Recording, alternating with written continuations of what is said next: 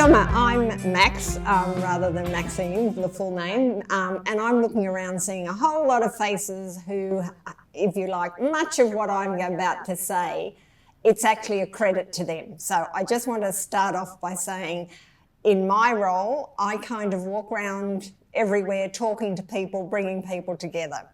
So first up, I'd like to acknowledge that I am standing on the lands of traditional custodians, and I give my respect to them, past, present, future and emerging.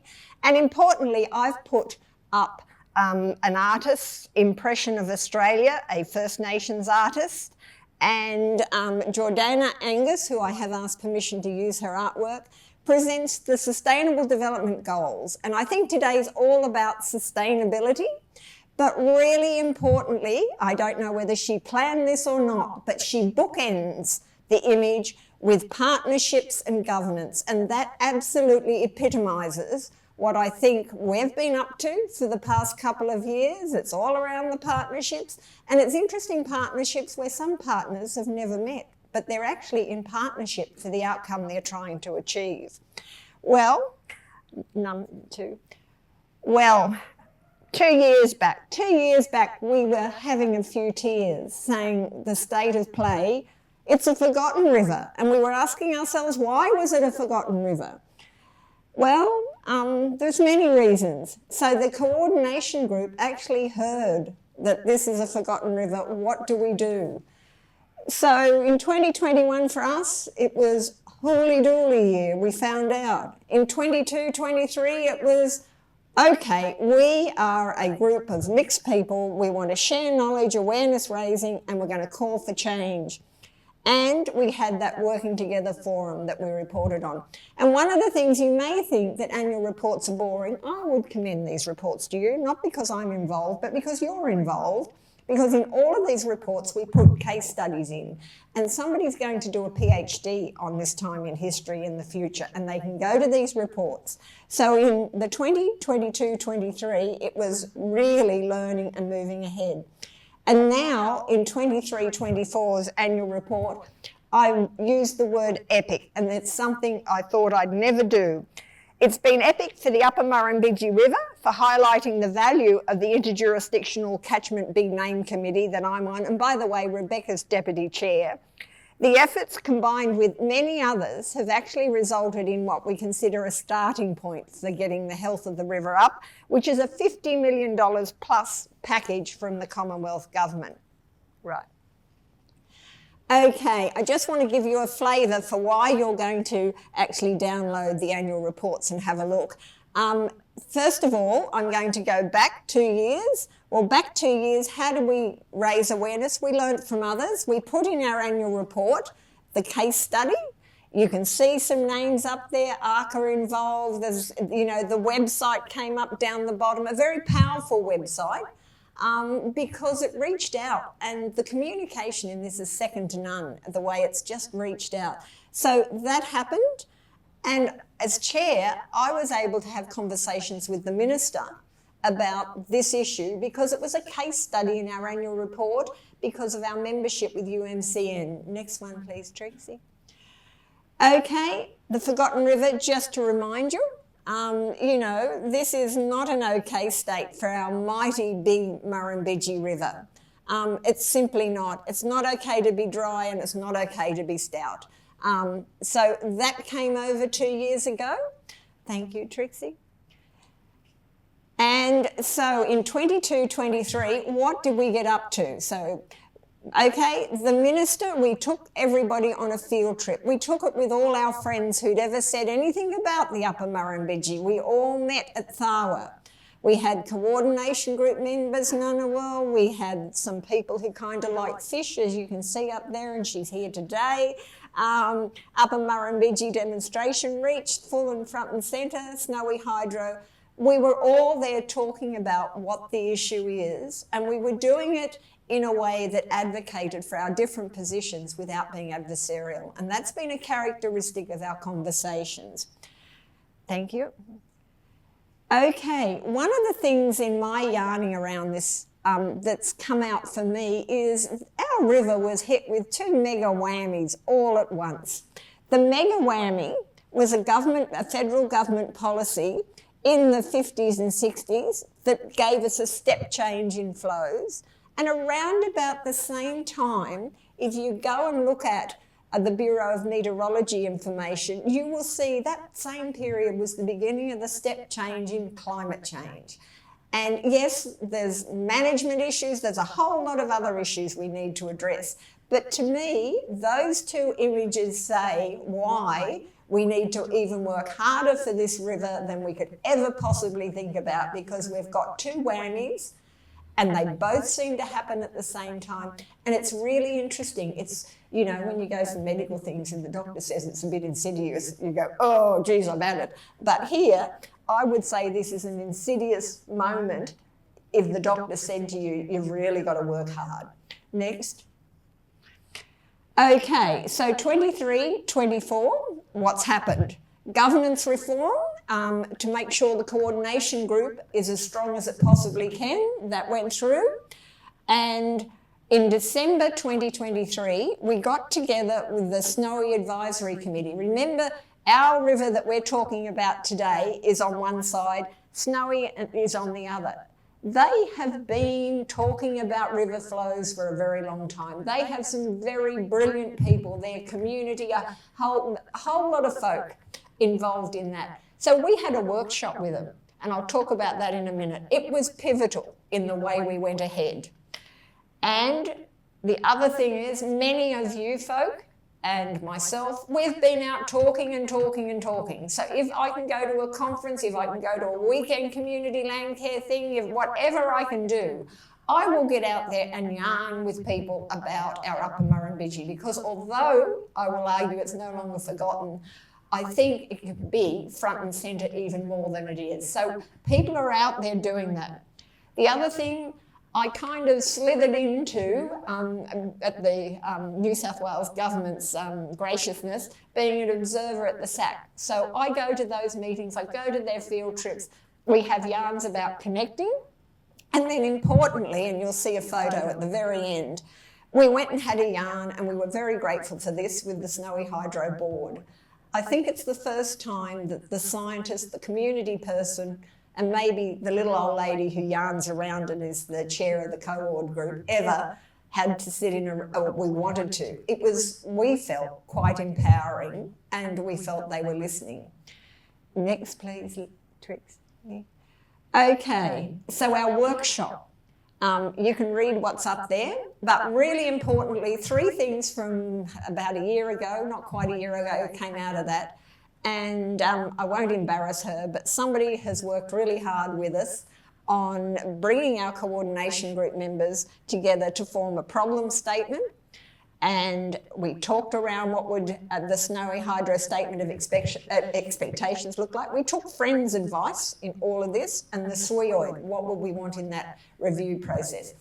And I'm just going to say, although we meet as a coordination group, then we have connections outside, a couple of people did take a long time to bring people together. Every single word mattered, because they have different reporting responsibilities in different jurisdictions. So it's hard to get an agreed position on a word sometimes. Next, please, Trixie. Okay, you can read this. And so it was really important with the problem statement, and somebody in our audience is smiling who spent weeks doing this for us, to get it right, and to everybody to articulate what the problem was. Because if you can articulate the problem, then when you talk to policymakers, you're talking the same words and they will resonate with them.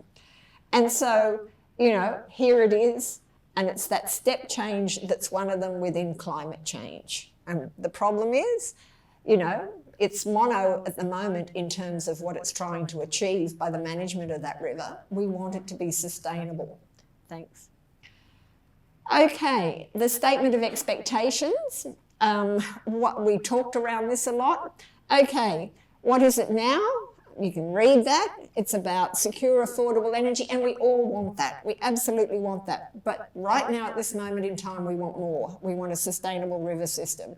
So 2024 onwards, a balance. And we also would like the Minister for Environment to actually be part of the statement of expectations in terms of saying to our friends in Snowy Hydro, this is how we want you to manage. And I believe, having met the board, having met the CEO, you give them a statement like this, they'll deliver. Might mean some extra ways of doing things, but they will deliver. Next. Then the other thing I want to mention is the SWIOID review that's been committed to. On the left-hand side, 3 parties. It's a set. Oh, I've actually got it. I always walk around with it. Okay, it's a huge document. It's unreadable unless you're a techo, but not inclusive of all values. Priority in the future, the ACT, we'd actually like them to be a party. We want it flexible, inclusive and sustainability. And in terms of process, so this is the product we want this side. The process we want, we do not want a discussion paper put out, comments received, they all go into a black box. Some person who weaves all the magic goes, pop, I've got the answer. We do not want that. We would like a collaborative decision-making process that involves us all being at the table. Next, please. Okay, I'm just going back in terms of the epic year for our river. The community survey, I think, was one of the marking points in that, and I'll talk about that in a minute, and then the investment. So this is why you're going to go and get that annual report, please. It's got terrific case studies in, and I will admit, we share with the coordination group so we can promote and do something, but it's not our ownership. Next, please, Tracy. Okay, the community survey was brilliant, and you can read this. Why was it brilliant? Because it didn't just say, what do you think? It gave people information and it gave them a passage to the future. And I think the Australian River Restoration Centre deserves an enormous accolade for excellent communication, and if every survey was like this, in my mind, it was kind of like a survey that was like a deliberative polling exercise. So it brought out around a whole lot of things about what you did and didn't know, and the problem statement, when we check it against what was found in the, next one, Trixie, please. When we check it against what was found in the community survey, they are totally aligned. So what are key things the community desires? Transparency, environmental sustainability, you can read them, and good water quality. So you've got the power of professionals, you've got the power of the community. Next, please, Trixie. Okay, and now we've had an announcement of a mega program at 50 million. Now, I am on my soapbox for a minute. That 50 million sounds nice, but there's 30 million of it, folks, that we need to put our hands up for and say, it's never going to be used in the next 2 years. It was given for 3 years if we were in a critical drought condition. There's 30 million. Treasury never miss money once it's gone out and once they've committed, do they? So we'd actually like it invested back in the river, because really, in essence, there's only 20 million being invested in the river guaranteed. And then the other thing we'd really like is, apart from the 50 million, that statement of expectations. And I must say, in doing that, the department's been very generous, and Snowy Hydro, they meet, as I've said, but we've had one review meeting, I think. We'd like to have more, but we'd like it to bring our partners into a constructive way of collaborative decision-making. Next, please, Trixie. Okay, I am going to mention one thing. Some of us recently have been involved in a collaborative decision-making conversation and discussion. I advocate collaborative decision-making. I'm not advocating a particular type or a particular pathway forward, but one of the things, again, that's been very positive is the Water Trust Australia, a philanthropic group, has invested money in doing 2 things to help us understand. They brought out some Canadians to share with us a collaborative decision-making model that was used in the 1990s over there called structured decision-making, and we listened. And then recently, 2 weeks ago, I think it was, we had a workshop where we did some what's called decision sketching. What would it look like for the Upper Murrumbidgee? We didn't come up with any decisions. It wasn't intended to do that, but it was very much making people aware of a different way, a different process to get better decision making.